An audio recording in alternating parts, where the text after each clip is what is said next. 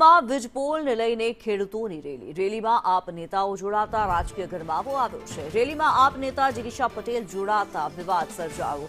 જિગીશા પટેલ રાજુ સખિયા વચ્ચે ઉગ્ર બોલાચાલી થઈ।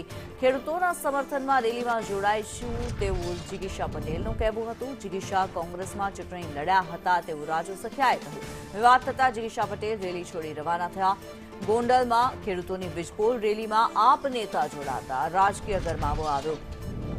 આગેવાનો વચ્ચે શાબ્દિક ટક્કર પણ જોવા મળી।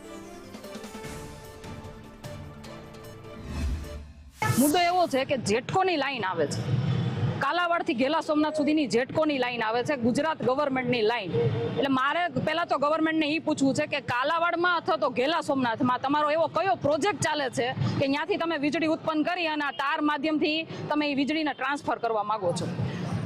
આ ખેડૂતોને રમાડવાની એક સરકારની નીતિ છે। જ્યારે આ લાઈન નાખવાની નોટિસ આવે ત્યારે ગ્રામ પંચાયતની અંદર નોટિસ જાય। ગ્રામ પંચાયતે કોઈ પણ સર્વે નંબરના જે સર્વે નંબરમાં થાંભલો આવતો હોય અથવા તો જે સર્વે નંબરમાંથી તાર નીકળતો હોય એવા તમામ ખેડૂતોને જ્યારે જાણ કરવાની હોય ત્યારે એ લોકોને જાણ નથી કરતા।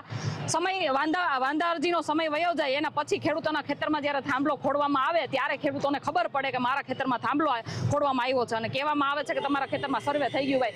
કયા ભાઈએ આવીને સર્વે કર્યો, કયા અધિકારી આવીને સર્વે કર્યો, કયા ખેડૂતને બોલાવીને સર્વે કર્યો, એ પહેલા તો તમે અમને જણાવો। રાજકોટ જંગલેશ્વર ડેમોલિશન ખર્ચ કૌભાંડનો મામલો।